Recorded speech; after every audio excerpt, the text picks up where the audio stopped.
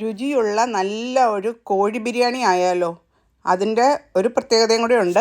നല്ല ഒരു പച്ച കളറിലെ മസാലയാണ് ഞാൻ ഇതിനകത്ത് ഉപയോഗിച്ചേക്കുന്നത്. അപ്പോൾ കുറച്ചും കൂടി ഇൻട്രസ്റ്റിംഗ് ആയില്ലേ? അപ്പോൾ നമുക്ക് സ്റ്റെപ്പ് ബൈ സ്റ്റെപ്പായിട്ട് ഈ വീഡിയോ ഒന്ന് കണ്ടു നോക്കാം. വളരെ എളുപ്പത്തിൽ ഉണ്ടാക്കാൻ പറ്റുന്ന ഒരു ഗ്രീൻ മസാല ചേർത്ത കോഴി ബിരിയാണി. അപ്പോൾ അതിന് ഫസ്റ്റായിട്ട് നമുക്ക് സ്പൈസസ് ഒക്കെ ഒന്ന് ഫ്രഷായിട്ട് പൊടിച്ചെടുക്കണം.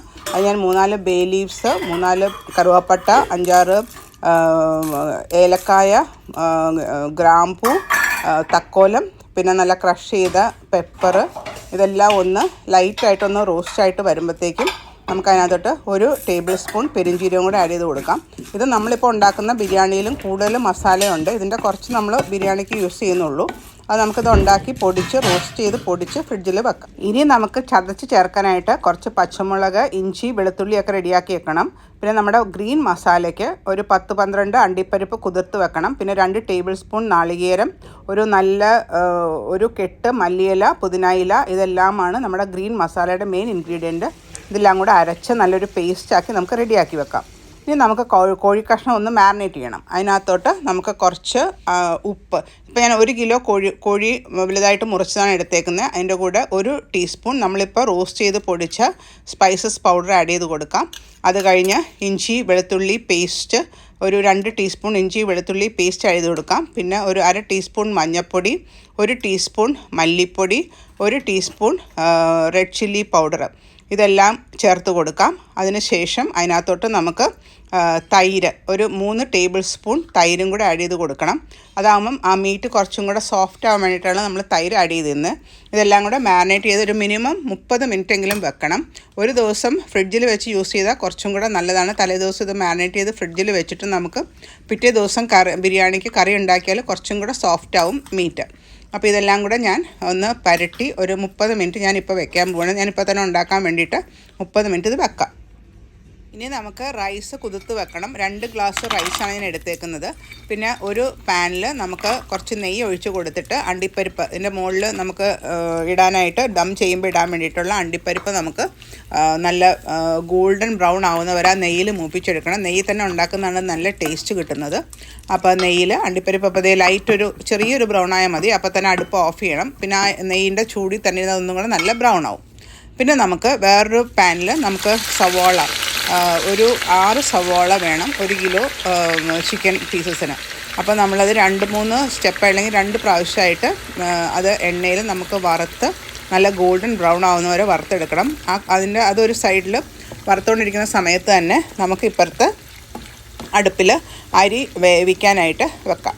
അപ്പം സവാള അവിടെ കിടന്ന് മൂത്ത് വരട്ടെ. അപ്പോൾ അരി വേവിക്കാനായിട്ട് ഇപ്പോൾ 2 ഗ്ലാസ് അരിക്ക് 4 ഗ്ലാസ് വെള്ളം ഞാൻ ഒഴിച്ചിട്ടുണ്ട്. അതിനകത്തോട്ട് ഉപ്പിട്ട് കൊടുത്തു. ഒരു 2 ടീസ്പൂണോളം നെയ്യ് ഇട്ട് കൊടുക്കാം. അത് എന്നിട്ട് നന്നായിട്ട് തിളച്ച് വരുമ്പം നമ്മൾ ഈ 2 ഗ്ലാസ് അരി കഴുകി കുതിർത്ത് വെക്കണം. ഒരു 30 മിനിറ്റ് കുതിർത്ത് വെച്ചിട്ട് സ്ട്രെയിൻ ചെയ്തിട്ട് വേണം ഈ ബോയിൽ ചെയ്ത വെള്ളത്തിനകത്തോട്ട് നമുക്ക് ആഡ് ചെയ്ത് കൊടുക്കാൻ. ഇപ്പം നിങ്ങളൊരു കാര്യം ശ്രദ്ധിച്ചോന്ന് അറിയില്ല, അതിനകത്ത് ഞാൻ ഒട്ടും സ്പൈസസ് ഒന്നും ആഡ് ചെയ്തിട്ടില്ല റൈസ് വേവിക്കുമ്പം. അത് ഞാൻ ലാസ്റ്റ് നമ്മളിപ്പോൾ റോസ്റ്റ് ചെയ്ത സ്പൈസസ് പൗഡർ നമ്മൾ ദം ചെയ്യുമ്പം ആ റൈസിൻ്റെ മുകളിൽ ഇട്ട് കൊടുക്കുകയുള്ളൂ. അതുകൊണ്ട് ഇപ്പോൾ റൈസ് വേവിക്കുമ്പം ഒട്ടും ഹോൾ സ്പൈസസ് ഞാൻ ആഡ് ചെയ്തിട്ടില്ല. ഇപ്പോൾ അത് ഓൾമോസ്റ്റ് ഒരു പകുതി കുക്കായിട്ടുണ്ട്. അപ്പോഴേക്കും നമ്മുടെ ഒരു സെറ്റ് സവോള നല്ല ബ്രൗണായി വരുന്നുണ്ട്. അപ്പോൾ അരി നന്നായിട്ടൊന്ന് വെള്ളം തിളച്ച് കഴിയുമ്പം തീ കുറച്ചിട്ടൊരു 10 മിനിറ്റ് കൊണ്ട് വേണം നമുക്ക് അരി വേവിച്ചെടുക്കാൻ. അതേപോലെ തന്നെ ആ നല്ല മൊരിഞ്ഞ സവാളയും നമുക്ക് വറുത്ത് കോരി ഒരു പ്ലേറ്റിലോട്ട് ഇടണം. ഇങ്ങനെ ബാക്കി സവാളയും ഇതുപോലെ നമുക്ക് വറുത്ത് കോരി റെഡിയാക്കാം. അത് കഴിഞ്ഞിട്ട് ഇനി നമുക്ക് എന്താ വേണ്ടത്? ഇനി നമുക്ക് ചിക്കൻ വേവിക്കുന്ന പ്രോസസ്സിലോട്ട് പോകാം. ഇനി ഒരു വിസ്താരമുള്ള ദം ചെയ്യുന്ന ഒരു പാത്രത്തിൽ തന്നെയാണ് ഞാൻ ചിക്കൻ കറി ഉണ്ടാക്കുന്നത്. അപ്പോൾ ആ പാൻ ചൂടായി വരുമ്പം ഇതിനകത്തോട്ട് നമുക്ക് 2 ടേബിൾ സ്പൂൺ നെയ്യും കുറച്ച് ഓയിലും കൂടെ ചൂടായി വരുമ്പോഴത്തേക്കും ഞാൻ നേരത്തെ കാണിച്ച വെളുത്തുള്ളി, ഇഞ്ചി, പച്ചമുളക് ഒന്ന് ക്രഷ് ചെയ്ത് ചതച്ച് ചേർക്കുമ്പോഴാണ് ഇതിന് സ്വാദ് കൂടുതൽ കിട്ടുന്നത്. അത് ഒന്ന് ആ നെയ്യിലും എണ്ണയിലും കിടന്നൊന്ന് മൂത്ത് വരട്ടെ. ഒരു ലൈറ്റ് ബ്രൗൺ ആയി കഴിയുമ്പോഴത്തേക്കും നമുക്ക് ആ 30 മിനിറ്റ് നമ്മൾ മാരിനേറ്റ് ചെയ്ത് വെച്ച ചിക്കൻ പീസസ് ഉണ്ടല്ലോ, അത് അങ്ങനെ തന്നെ അതിനകത്തോടെ തൈരോട് കൂടി തന്നെ നമുക്ക് ആഡ് ചെയ്ത് കൊടുക്കാം. വേറെ ഒട്ടും വെള്ളം ചേർക്കേണ്ട ആവശ്യമില്ല.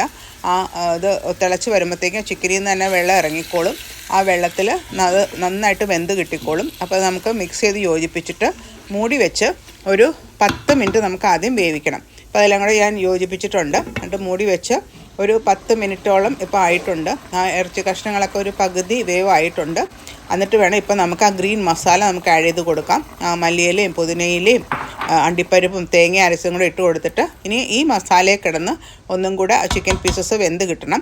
പിന്നെ ഒരു 5 മിനിറ്റ്സ് കൂടെ വേവിച്ചാൽ മതി. അപ്പോൾ നമ്മുടെ ആ ബിരിയാണിക്കുള്ള ഗ്രീൻ മസാല ചിക്കൻ കറി റെഡി ആയിട്ടുണ്ട്. ഇനിയിപ്പോൾ അതിനെല്ലാം എണ്ണ തെളിയുന്നവരെ അതിന് അധികം ഇത് കണ്ടോ, അധികം ഗ്രേവി ഇല്ല, ജസ്റ്റ് പരണ്ടിരിക്കുന്ന ഗ്രേവി ആവുന്നവരെ നമുക്കതിനെ ഓഫ് ചെയ്തിടാം. എന്നിട്ട് ഞാൻ അതിൽ നിന്ന് ചിക്കൻ കഷ്ണം കുറച്ച് പകുതി നമ്മൾ അതിൽ നിന്ന് എടുത്ത് മാറ്റും.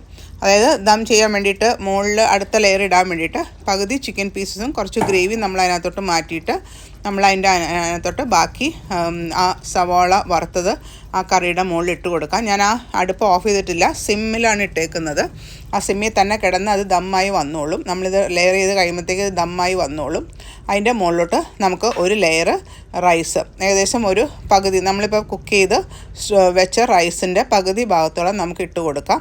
അത് ആ ചിക്കൻ കറിയുടെ മുകളിൽ ഇട്ട് കൊടുത്ത് എല്ലായിടും ഒന്ന് നിരത്തി കഴിഞ്ഞ് കഴിയുമ്പം ആ സ്പൈസസ് പൗഡർ 1 ടീസ്പൂൺ നമുക്ക് ആ റൈസിൻ്റെ മുകളിൽ ഇട്ട് കൊടുക്കാം. ഇതിൻ്റെ ഗുണം എന്താണെന്ന് വെച്ചാൽ നമ്മൾ കഴിക്കുമ്പോൾ ഈ ഏലക്ക ഗ്രാമ്പൂ ഒന്നും നമുക്ക് കടിക്കാൻ കിട്ടത്തില്ല. എന്നാൽ ഇങ്ങനെ ചേർക്കുമ്പോൾ പൊടികളായിട്ട് ചേർക്കുമ്പോൾ അതിൻ്റെ സ്പൈസസിൻ്റെ ടേസ്റ്റ് എല്ലായിടത്തും കിട്ടുകയും ചെയ്യും.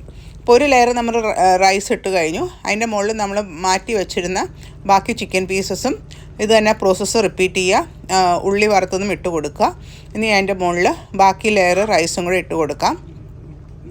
അത് കഴിഞ്ഞിട്ട് ആ ലെയർ റൈസ് ഇട്ട് കഴിഞ്ഞിട്ട് അതിൻ്റെ മുകളിൽ നമുക്ക് ഗരം മസാലപ്പൊടി 1 ടീസ്പൂൺ ഇട്ട് കൊടുക്കണം.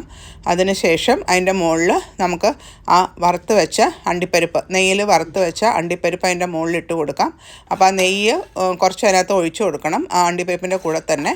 അതെല്ലാം കൂടെ അതിനകത്ത് യോജിപ്പിച്ച് ഒഴിച്ച് കഴിഞ്ഞിട്ട് നമുക്ക് ഫൈനൽ ലെയറായിട്ട് ഒരു ബാക്കിയുള്ള റൈസും കൂടെ ഇട്ട് പിന്നെ മഞ്ഞൾപ്പൊടി പാലിൽ കലക്കിയത് അല്ലെങ്കിൽ കുങ്കുമപ്പൂ ഉണ്ടെങ്കിൽ അത് പാലിൽ കലക്കിയതും കൂടെ മുകളിൽ ഒഴിച്ചു കൊടുക്കണം. ഇപ്പോൾ നമ്മുടെ ബിരിയാണി ദം ചെയ്യാനൊക്കെ റെഡിയായി. ഇനി നമുക്ക് മൂടി വെച്ചിട്ട് ഒരു ചെറിയ തീയിൽ ഒരു 15 to 20 മിനിറ്റ്സ് വളരെ സിമ്മിൽ ഇട്ട് കൊടുത്ത് അതിനെ ദം ചെയ്ത് റെഡിയാക്കി എടുക്കാം. ഇപ്പോൾ എൻ്റെ ബിരിയാണിയൊക്കെ ഓൾമോസ്റ്റ് റെഡി ആയിട്ടുണ്ട്. ഇപ്പോൾ നോക്കി നല്ല ഭംഗിയുണ്ട് തുറന്നപ്പോൾ തന്നെ കാണാനായിട്ട് ബിരിയാണി ചെമ്പ്. അതിൽ നിന്ന് നമുക്കത് ആ ലെയറായിട്ട് ചിക്കനും റൈസും ഒക്കെ നല്ല വിട്ട് കിട്ടിയിട്ടുണ്ട്. മസാലയെല്ലാം ഗ്രീൻ മസാലയെല്ലാം ആ റൈസിലും ഒക്കെ അടിവശത്തെല്ലാം പിടിച്ച് നല്ല റെഡി ആയിട്ടിരിപ്പുണ്ട്. അപ്പോൾ നിങ്ങൾക്ക് എല്ലാവർക്കും ഇഷ്ടമായാലേ ബിരിയാണി? ഒരു വ്യത്യസ്തമായ രീതിയിൽ ഉണ്ടാക്കിയ ഗ്രീൻ മസാല ചേർത്ത ചിക്കൻ ബിരിയാണി അല്ലെങ്കിൽ കോഴി ബിരിയാണി എല്ലാവരും ട്രൈ ചെയ്ത് നോക്കുക. Thank you.